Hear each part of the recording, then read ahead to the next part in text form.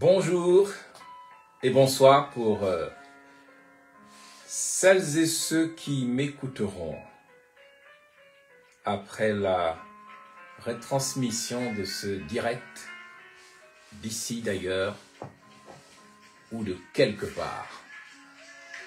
Ici, Ben Moubamba.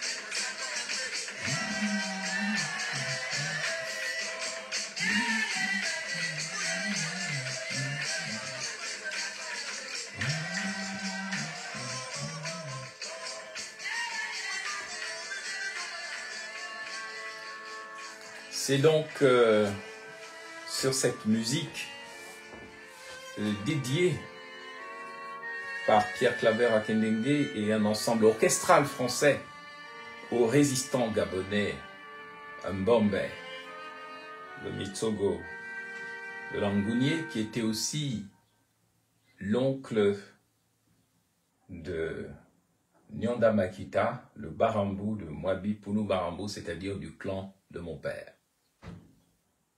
Je viens ici en direct m'entretenir avec vous, le peuple gabonais, car vous le savez, demain, samedi 12 avril, on est supposé organiser une élection présidentielle au Gabon, une pseudo-élection présidentielle au Gabon qui n'en est pas une. Vous ne devez pas y participer. Je sais que vous voulez y participer, mais vous êtes dans l'erreur. Ne votez ni pour Oligui Nguema, le général de brigade, ni pour Alain-Claude Bilibizé, ni pour les autres candidats. Pourquoi? Parce qu'ils font partie d'un même système à plusieurs tentacules. Les candidats sont 8. Et vous savez qu'au Gabon, on fête l'Octobre rose. L'Octobre rose a combien de tentacules? 8. La bête a 8 tentacules. Ils ne font rien par hasard dans notre pays, le Gabon. Ils ne font rien par hasard. Tout est toujours préparé dans le cultisme, le satanisme, le banditisme d'État.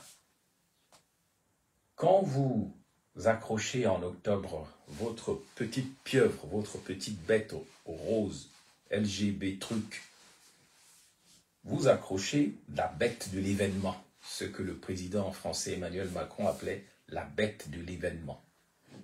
Celle qui tue avec plusieurs phallus, qu'on appelle aussi les tentacules. La bête en a 8. Octo, ça veut dire 8. Octopus, ça veut dire la bête aux 8 tentacules. Et en la circonstance, ce que vous ne savez pas au Gabon, c'est qu'en la circonstance, peut-être qu'ils ne l'ont pas fait exprès, mais ils ont rendu hommage à la bête de l'événement au Gabon, qui a donc un œil qu'on appelle dans les cultures bantoues du Gabon le kivi, l'œil du dikundu, l'œil de la sorcellerie, l'œil qui est en bas dans les fesses, celui qu'on utilise pour jeter des sorts. Pour ceux qui connaissent certaines choses, jeter des sorts.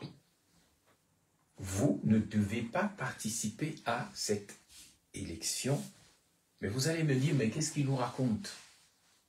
Mais vous ne pouvez pas participer à cette élection, pourquoi? Parce que cette élection est contrôlée par la pieuvre, par l'octopus, qu'on appelle aussi la France-Afrique. La France-Afrique est un système colonial qui a décidé de faire du Gabon un comptoir colonial et non un pays souverain avec lequel elle pourrait développer des relations dans le cadre du monde multipolaire, des relations respectueuses tout simplement, où on voit un pays, on verrait un pays se développer avec un projet qui soit compatible notamment avec l'environnement, avec la science, avec la culture, avec l'éducation. Non, le Gabon, depuis 1472, depuis que les Portugais ont débarqué au Gabon en 1472, le Gabon est resté un pays, un comptoir colonial, un comptoir de commerce des esclaves à perpétuité, un comptoir où on pratique le marketing de la terreur, un comptoir où on détruit tous les symboles pour les remplacer par des symboles qui sont finalement des symboles d'esclaves et non d'hommes et de femmes dignes de ce nom. Et c'est pour cela que lorsqu'on veut contrôler un comptoir ou un marché mondial, comme le Gabon, où on fait du commerce de tout genre, mais on s'en fout, pardonnez-moi l'expression, des gens qui sont là. Prenez l'exemple du marché principal du Gabon, qu'on appelle le marché de Montbouet. On respecte qui là-bas? Ce n'est qu'un lieu d'échange, de commerce, de marchandises, en veux-tu, en voilà. On vous vend des friperies qu'on appelle le Mutuki, c'est-à-dire le Gaboma. Quand vous dites le Gaboma, vous êtes en train de parler du Mutuki, c'est-à-dire de la friperie, les vêtements que les autres ont déjà portés, qui sont maudits et qu'on vous amène en ballot, qu'on vous vend, et puis vous jouez aux sapeurs avec la société des ambianceurs ou des sapeurs du Congo ou du Gabon. On vous vend de la nourriture avariée, on fait tourner des milliards dans un marché mondial, un marché d'esclaves, où il n'y a aucune dignité. C'est ça le marché de Montbouet. Et vous savez pourquoi? Parce que le marché de Montbouet, ça veut dire le marché de Bouët-Villomèze. L'officier de marine français qui a débarqué au 19e siècle au Gabon et qui a trouvé quelques chefs de village omienais, c'est-à-dire des Bantous métissés avec des populations venues d'Afrique de l'Ouest le plus souvent ou des îles lointaines. Et ce sont eux, c'est avec eux qu'ils ont négocié. Ce sont des Gabonais, hein, nos frères et sœurs omienais sont des Bantous comme nous, mais des Bantous métissés, ce qui représente une richesse de plus. Mais il faut savoir que quand Bouët-Villomèze est arrivé, il a trouvé déjà des populations qui, du fait de l'esclavage, qui durait depuis plusieurs siècles, parce qu'après les Portugais, au XVe siècle, il y a eu les Hollandais, il y a eu les Anglais, et puis il y a eu les Français, puis il y a eu d'autres populations qui sont arrivées. Les Français, parmi les Européens, arrivent en dernier. Ils il négocie à travers Bouët-Villomèze des accords avec des chefs de village illettrés, hein, il faut le dire, incompétents, qui ne comprennent pas l'importance de se battre et de protéger les terres ou de négocier correctement dans le cadre de ce qu'on appelle les guerres commerciales, parce qu'entre-temps, les Européens s'étaient partagé l'Afrique comme un gâteau à la conférence de Berlin de 1885. Donc, on était déjà là. Comme aujourd'hui, vous avez vu, Trump, il inaugure une guerre mondiale dans le domaine du commerce. Eh bien, sachez que c'était déjà le cas au XIXe siècle. On se disputait l'Afrique comme un gâteau dans le cadre du libre-échange européen, dans le cadre du commerce mondial.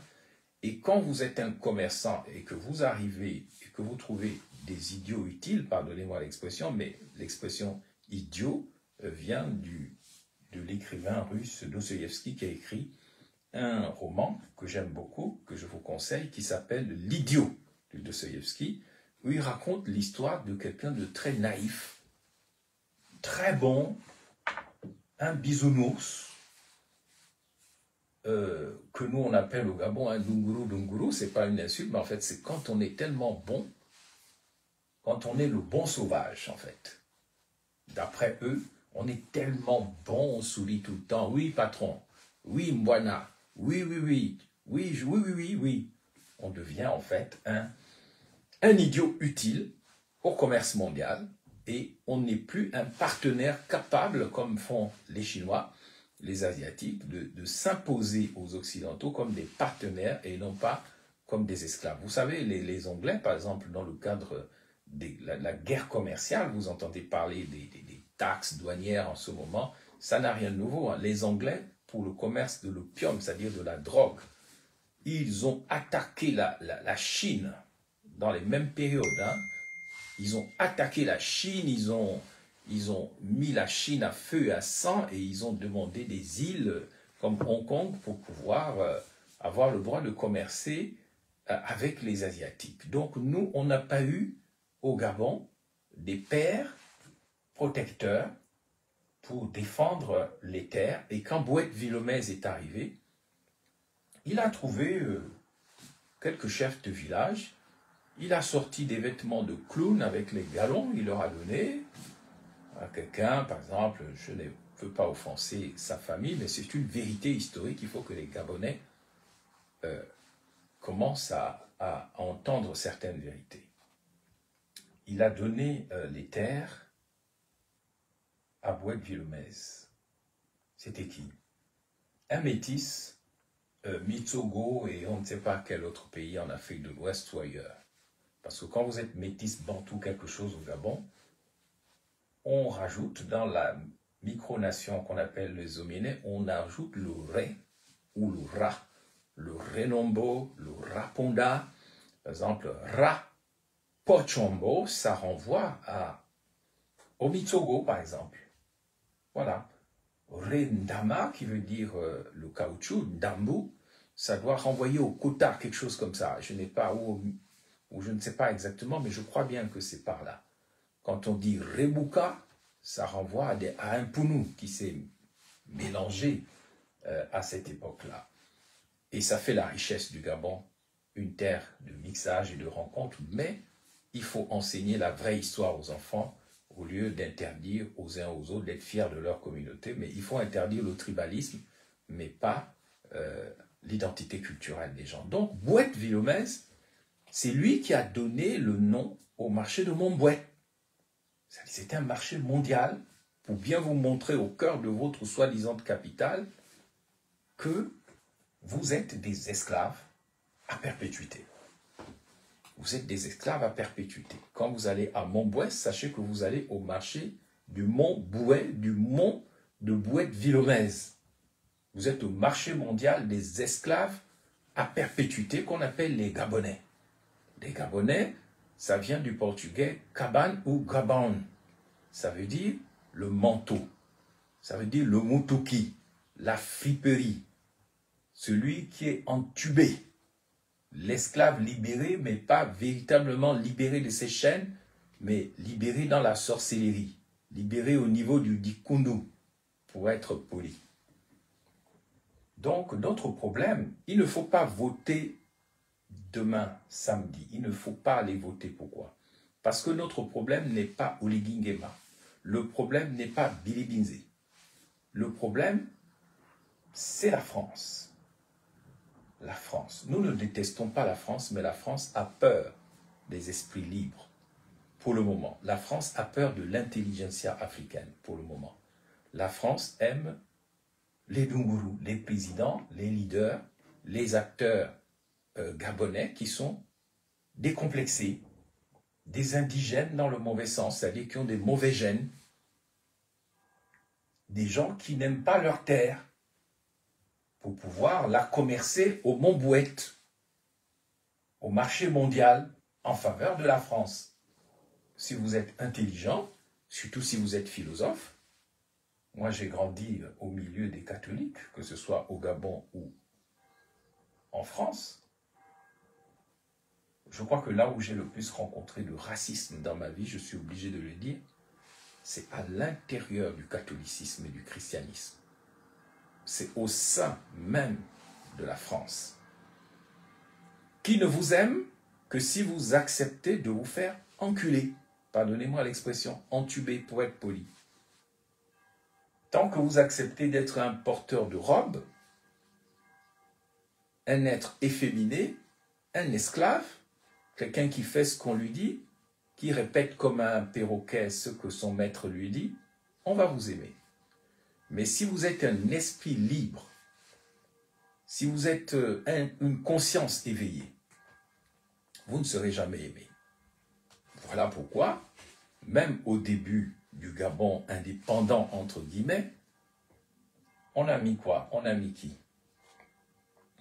On a vu que Jean-Hilaire Obama était une conscience éveillée. Qu'est-ce qu'on a fait?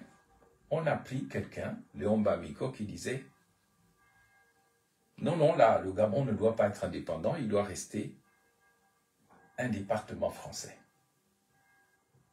Et notre problème, n'est pas Oligui Nguema ou Billy Binze, parce que tous les deux sont des esclaves enculés. Pardonnez-moi l'expression, mais ça veut dire ils sont sous contrôle. Billy Binze est un opposant contrôlé et Oligui Nguema est le candidat de la France-Afrique. Pourquoi? Mais pour garder les Gabonais au marché de Montbouette, au marché mondial, là où on enlève les enfants gabonais pour aller les tuer, les assassiner, comme Rinaldi, dans le nord du Gabon, dans le Wellington, enlevé en janvier 2020, pour être vendu au marché mondial, c'est-à-dire au marché de Montbouette, au marché du Mont Bouette-Villomèze. Vous qui voulez aller voter demain, sachez que on vous regarde comme des esclaves enculés. Parce que même l'histoire de dire Libreville, c'est la ville des esclaves libérés, c'est une manière de se moquer de vous.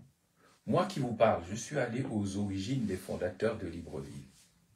Je crois que c'était en 2017 ou 2018, je me suis rendu à Gorée, sur l'île de Gorée, au Sénégal. Et là, j'ai vu l'endroit où les esclaves étaient déportés vers les Amériques.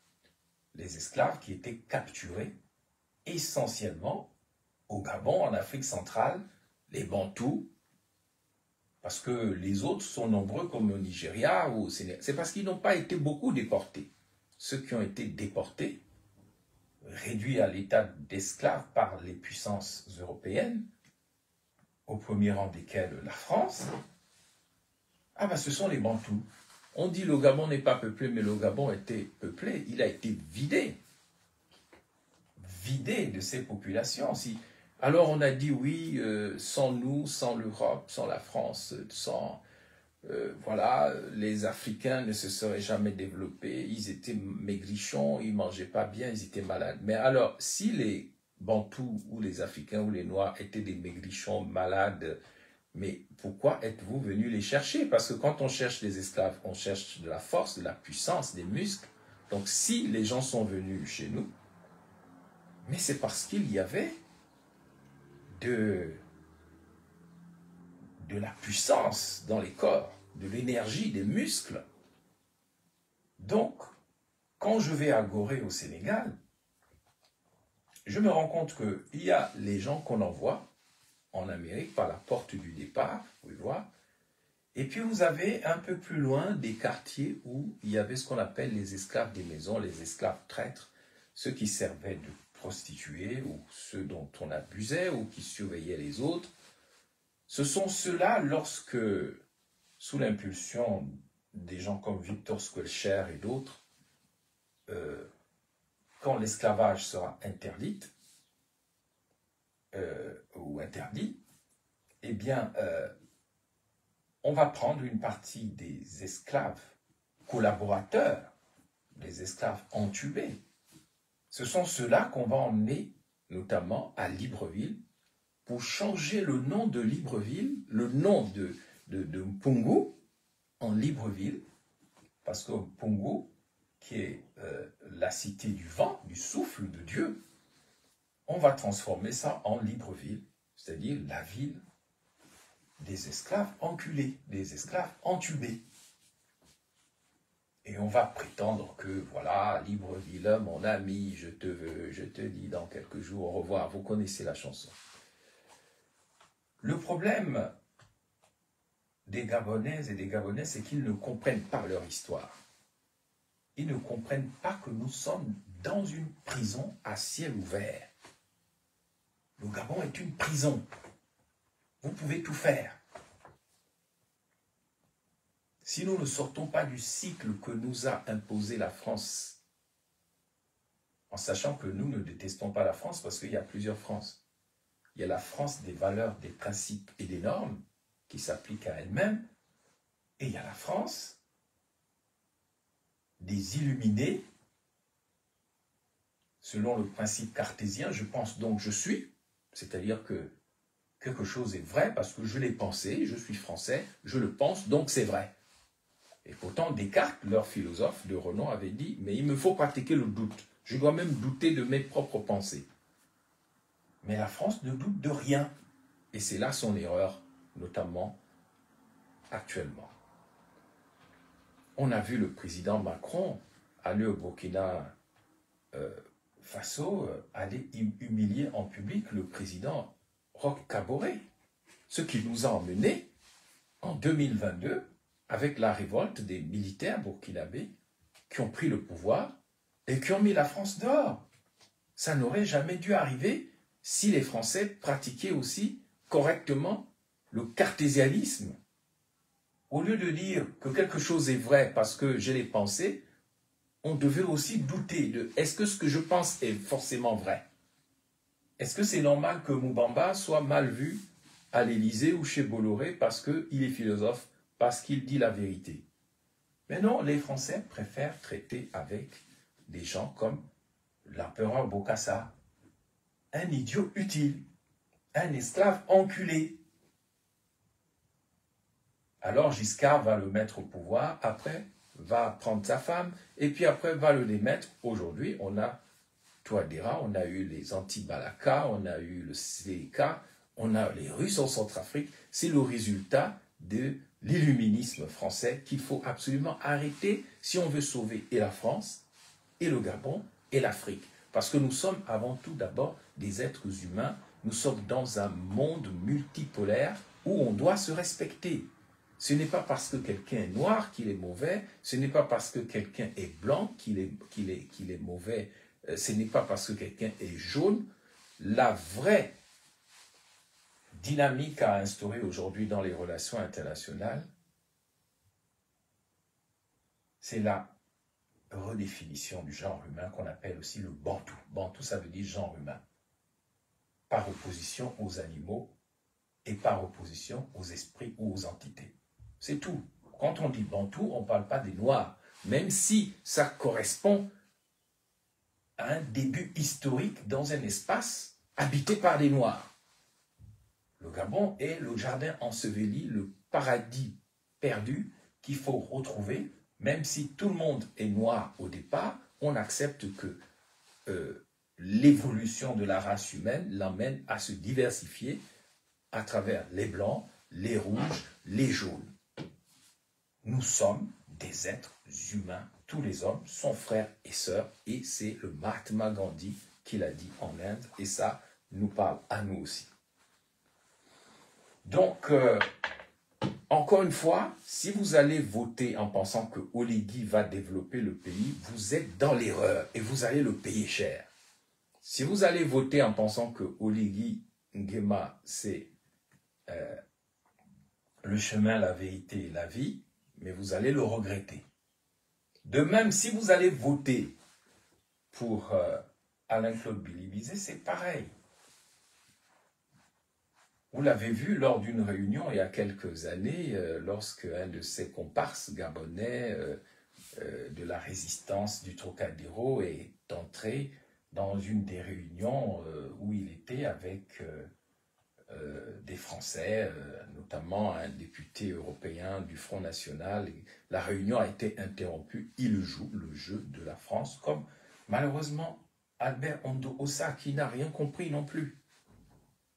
Tout le monde l'a vu au Sénat, Albert Ondo Ossa, lui qui est un agrégé, un intellectuel, il pensait que les Français allaient le prendre au sérieux. Pas du tout. Plus vous êtes intelligent, plus vous êtes suspect, surtout si vous êtes noir, parce que l'intelligentsia est mal vue en France, l'intelligentsia des Noirs et des Africains, et c'est ce qu'il faut changer. La France a 3 000 milliards d'euros de dette. La France va mal. La France a des problèmes démographiques avec sa population. La France est en guerre, comme a dit Emmanuel Macron, son président. Il a d'abord parlé de la bête de l'événement, donc l'octopus avec les huit tentacules. Ensuite, il a dit « nous sommes en guerre ». Mais cette France-là, c'est la France des illuminés.